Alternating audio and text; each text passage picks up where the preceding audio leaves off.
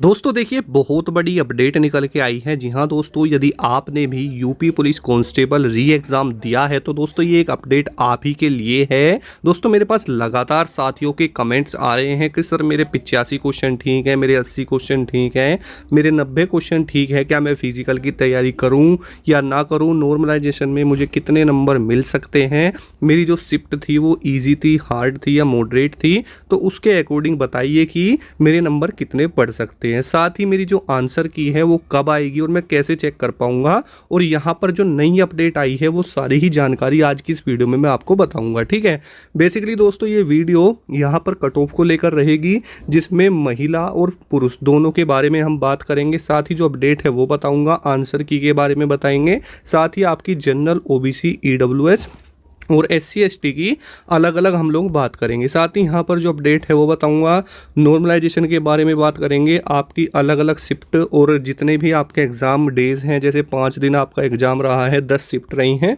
तो मैंने सभी शिफ्टों को यहाँ पर लिया हुआ है। देखिए 31, 30 और 25, 24 और 23। ठीक है, यहाँ पर सभी को मैंने लिया है। और उसके अलावा दोस्तों एक्सपेक्टेड कट ऑफ को लेकर बात करेंगे। साथ ही मैं आपको कुछ पोल्स दिखाऊंगा।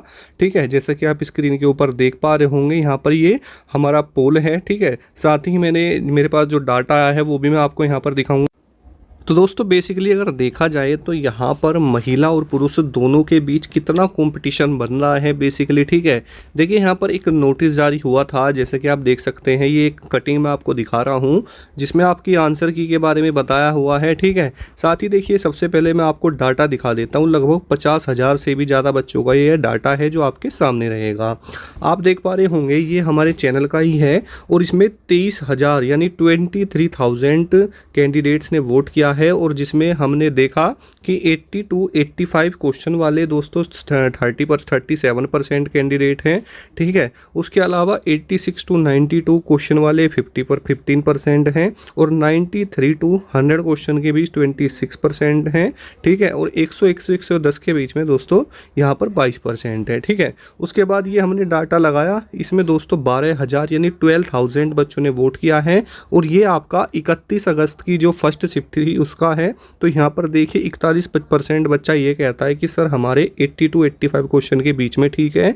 14% बच्चा कहता है कि हमारे 86 टू 92 क्वेश्चन के बीच में ठीक है, और 24% बच्चा कहता है कि सर हमारे 93 टू 100 क्वेश्चन के बीच में ठीक है, और 21% बच्चा कहता है कि हमारे 101 से 110 क्वेश्चन के बीच में ठीक है। ठीक है, उसके अलावा यहाँ पर ये हमने करवाया था 30 अगस्त की सेकेंड शिफ्ट का, जिसमें देखिए लगभग 47% बच्चा ये कहता है कि हमारे 80 से 90 क्वेश्चन के बीच ठीक है, और इसमें 15,000 बच्चों ने वोट किया है यानी 15,000। ठीक है, और 26% बच्चा कहता है कि हमारे 90 से 100 क्वेश्चन के बीच में ठीक है। 16% बच्चा कहता है हमारे 101 से 110 क्वेश्चन के बीच में ठीक है, और 10% बच्चा कहता है कि हमारे 101 से 120 क्वेश्चन के बीच में दोस्तों ठीक है। ठीक है, उसके अलावा आप यहाँ पर भी देख सकते हैं, यहाँ पर देखिए ये आपका 30 अगस्त की पहली शिफ्ट का है। ठीक है, इसमें यहाँ पर आप देख पा रहे होंगे 49% बच्चा कहता है कि सर हमारे 80 टू 90 क्वेश्चन के बीच में ठीक है। 91 टू 100 क्वेश्चन के बीच में 24% बच्चा है। 16% बच्चा कहता है कि मेरे 101 से 110 क्वेश्चन के बीच में ठीक है, और मात्र 10% बच्चा ये कहता है कि मेरे 111 से 120 क्वेश्चन के बीच में ठीक है, और लगभग 8,000 के समथिंग इसमें वोट है। ठीक है, कुछ आप यहाँ पर देख सकते हैं, इसमें 16,000 बच्चों ने वोट किया है, तो इसमें 48% बच्चा कहता है कि मेरे 85 से 90 क्वेश्चन के बीच में ठीक है। 25% कहता है कि मेरे 91 से 100 क्वेश्चन के बीच में ठीक है। ठीक है, और 15% बच्चा कहता है कि सर मेरे 101 से 105 क्वेश्चन के बीच में ठीक है, और दोस्तों 12% बच्चा कहता है कि मेरे 106 से 112 क्वेश्चन के बीच में ठीक है, और इसमें 16,000 बच्चों ने दोस्तों वोटिंग करी हुई है। ठीक है, अब बेसिकली दोस्तों अगर हम यहाँ पर बात करते हैं आपकी शिफ्ट के वाइज कि भाई आपकी शिफ्ट के अकॉर्डिंग आपकी कैसी रही है, तो हम बात करेंगे सबसे पहले दोस्तों आपकी 23 अगस्त 2024 की। ठीक है, तो भाई फाइनली आपका एग्ज़ाम स्टार्ट होता है। आप सभी अपने एडमिट कार्ड निकलवाते हैं और 23 अगस्त का जो पहली शिफ्ट है वो एग्ज़ाम देने चले जाते हैं। बेसिकली दोस्तों अगर देखा जाए तो किसी को भी ये नहीं पता था कि किस टाइप का आपका एग्ज़ाम पैटर्न आएगा, ठीक है, और किस लेवल के क्वेश्चन आएंगे, कहाँ से क्वेश्चन आएंगे। तो जो ये शिफ्ट पहली थी ना, ये और शिफ्टों के मुकाबले कहीं ना कहीं ज़्यादा नर्वस थी, क्योंकि 24 तारीख, 25 तारीख, 30 तारीख और 31 तारीख वाले बच्चों को कहीं ना कहीं डाटा का जो है पता चल चुका था कि एक्चुअल में जो क्वेश्चन है वो किस लेवल के आ रहे हैं, कहाँ से आ रहे हैं, ठीक है। लेकिन दोस्तों यहाँ पर जो पहली शिफ्ट थी इसको इतना आकलन नहीं था, ठीक है। तो जो नॉर्मलाइजेशन है उसके दोस्तों 2 रूल होते हैं। पहला रूल तो दोस्तों ये होता है कि आपको पेपर के पैटर्न के बारे में नहीं पता है, ठीक है। क्योंकि भाई आपको पेपर के पैटर्न के बारे में इसलिए नहीं पता क्योंकि अभी तक आप पहली शिफ्ट वाले हो। आपके बाद वाले जो होंगे उन्होंने जो क्वेश्चन पेपर देखा होगा, उन्हें आकलन हो गया होगा कि ज़्यादातर क्वेश्चन किस टॉपिक से आ रहे हैं, किस लेवल के आ रहे हैं, और रीजनिंग में किस टॉपिक से कितने क्वेश्चन पूछे जा रहे हैं। अब नेक्स्ट शिफ्ट में दोस्तों संख्याएँ बदली जाएंगी लेकिन क्वेश्चन लगभग सेम ही रहते हैं, ठीक है। इतना फ़र्क नहीं आता, 19 से 20 हो सकता है, अगर 20 भी होता है तो उसका बेनिफिट मिलता है, लेकिन लगभग लेवल सेम ही देखने के लिए मिलता है, ठीक है। पहला तो ये होता है। दूसरा होता है कि आपकी शिफ्ट के एवरेज स्कोर को निकाला जाएगा और जिसे लगेगा कि हाँ भाई इस शिफ्ट में बच्चों का कम अटैम्प्ट रहा है और इसमें ज़्यादा रहा है, तो जो सबसे ज़्यादा वाली होगी उसे इजी मान लिया जाएगा और जो सबसे कम वाली होगी उसे डिफ़िकल्ट मान लिया जाएगा, ठीक है। तो ये 2 रूल बेसिकली होते हैं। लेकिन भाई यहाँ पर जो आपकी जो शिफ्ट 1 है ना, यहाँ पर दोनों एलिगेशंस लग जाते हैं। कौन से दोनों एलिगेशंस लग जाते हैं? क्योंकि भाई यहाँ पर शिफ्ट 1 के पैटर्न के बारे में नहीं पता था किसी को भी, और ऐसा ही दोस्तों शिफ्ट 2 का होता है, ठीक है। इससे थोड़ा कम रहेगा, इसमें ज़्यादा होता है, इसमें कम होता है, लेकिन लगभग जो 23 तारीख की जो 2024 की दोनों शिफ्ट थी वहाँ पर उन्हें इस पहले वाले फॉर्मूले का लाभ मिलता है, जिसे उसे नॉर्मलाइजेशन में और शिफ्टों के मुकाबले दोस्तों ज़्यादा लाभ देखने के लिए मिल जाता है, ठीक है। तो दोस्तों अगर आपने भी शिफ्ट 1 में अपना एग्ज़ाम दिया है तो नॉर्मलाइजेशन में आपको अच्छा फ़ायदा मिल जाएगा। जहाँ तक मुझे लगता है और मैंने एनालिसिस किया है तो मुझे शिफ्ट 1 का जो दोस्तों एवरेज स्कोर देखने के लिए मिला, लगभग दोस्तों 94 क्वेश्चन के आसपास मिला है शिफ्ट 1 का, ठीक है। शिफ्ट 2 की अगर मैं बात करूं तो यहाँ पर कहीं ना कहीं दोस्तों ये थोड़ा सा 1-2 क्वेश्चन ऊपर था, ये 95 के आसपास था। तो ये इतना बच्चे जो थे लगभग इसके पास बन रहे थे, ठीक है। यानी इतने क्वेश्चन तक बच्चों का इसमें सिलेक्शन हो जाएगा, ठीक है। उसके बाद अगर बात करें नॉर्मलाइजेशन की तो कम से कम दोस्तों 10 नंबर से 15 नंबर तक का नॉर्मलाइजेशन शिफ्ट 1 में आपको देखने के लिए मिल जाएगा, ठीक है। शिफ्ट 2 की बात करें तो लगभग दोस्तों यहाँ पर भी आपको 10 से 12 नंबर तक मिलेगा। भाई पहले वाले को ज़्यादा मिलेगा, 2 को थोड़ा कम मिलेगा, लेकिन मिलेगा इसको भी अच्छा खासा, ठीक है। उसके बाद दोस्तों अगर हम और शिफ्टों को देखते हैं, जैसे आपकी 24 तारीख की शिफ्ट है, ठीक है। अब क्योंकि भाई आपका 23 तारीख का एग्ज़ाम हो चुका है, पहली शिफ्ट का भी और दूसरी शिफ्ट का भी, तो आपके सामने 23 तारीख का जो क्वेश्चन पेपर है वो आ चुका है, ठीक है। आपने एनालिसिस भी देख लिया, ठीक है, कि भाई आपके इस टॉपिक से क्वेश्चन आ रहे हैं। जो आपकी रीजनिंग है उसमें मानसिक जो अनुरुचि के 10 से 12 क्वेश्चन आते थे वो नहीं आ रहे हैं। तो कहीं ना कहीं दोस्तों आप थोड़े खुश भी हो जाओगे, क्योंकि इस बार जो देखा गया है पहले के मुकाबले रीजनिंग के बच्चों के अटैम्प्ट दोस्तों बढ़ चुके हैं। अगर हम पहले की बात करें तो पहले जहाँ बच्चा 35 तक जाता था, अब नॉर्मली 40 तक जा रहा था, ठीक है। तो ये बात थी। तो यहाँ पर कहीं ना कहीं 23-24 वाले बच्चे को वो जो पहला वाला पॉइंट है वो तो कट जाएगा, क्योंकि उसने पेपर पहले देख चुका है कि हाँ भाई 23 तारीख का ऐसा पैटर्न आया था। तो पैटर्न वाला फॉर्मूला तो नॉर्मलाइजेशन का इस शिफ्ट पर नहीं काम करेगा, ठीक है। हाँ, दूसरा करेगा कि इस शिफ्ट को जो और शिफ्टें हैं उनसे देखा जाएगा एनालाइज करके कि इस शिफ्ट में कितने बच्चों ने कि कितना करा है, ठीक है।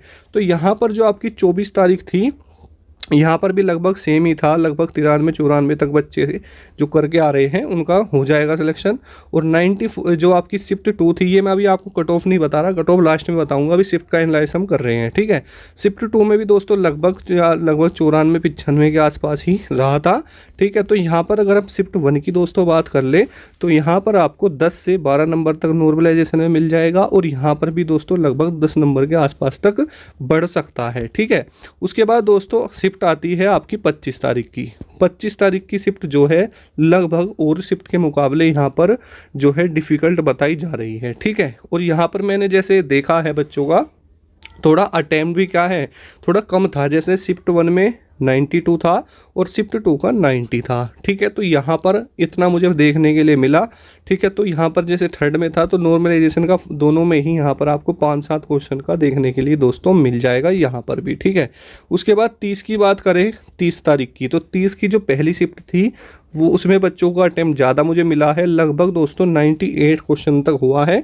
और शिफ्ट जो 2 वाली है इसमें भी 96 तक। ठीक है, तो अब तक की जो लगभग हमें एनालाइज में ईजी मिली है वो शिफ्ट 1 ही मिली है 30 तारीख की, और शिफ्ट 2 भी ज़्यादा हार्ड नहीं थी। तो सबसे कम जो फ़ायदा है नॉर्मलाइजेशन का, जहाँ तक मुझे लगता है वो 30 तारीख में ही मिल सकता है। ठीक है, लगभग 2 से 3 क्वेश्चन तक, और हो सके ना भी मिले, तो इस बात की मैं गारंटी नहीं दे सकता।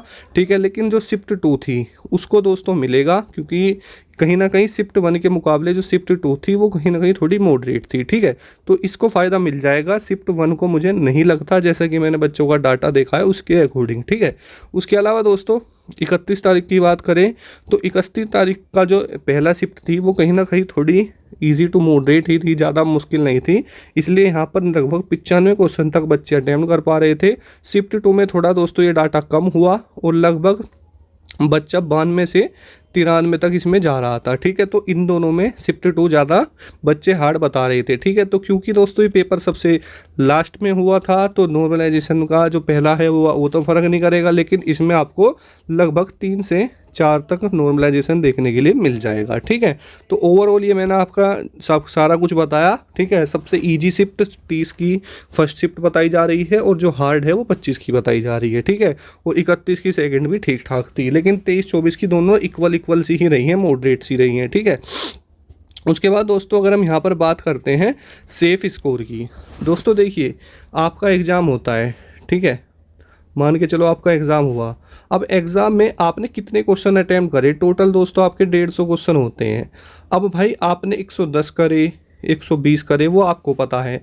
अब काट पीट के जो आपका रो स्कोर बन रहा होगा, जैसे किसी का 90 बन रहा होगा, किसी का 95 बन रहा होगा, किसी का भाई 100 भी बन रहा होगा, किसी का 85 बन रहा होगा, तो इसको हम क्या बोलते हैं, रो स्कोर।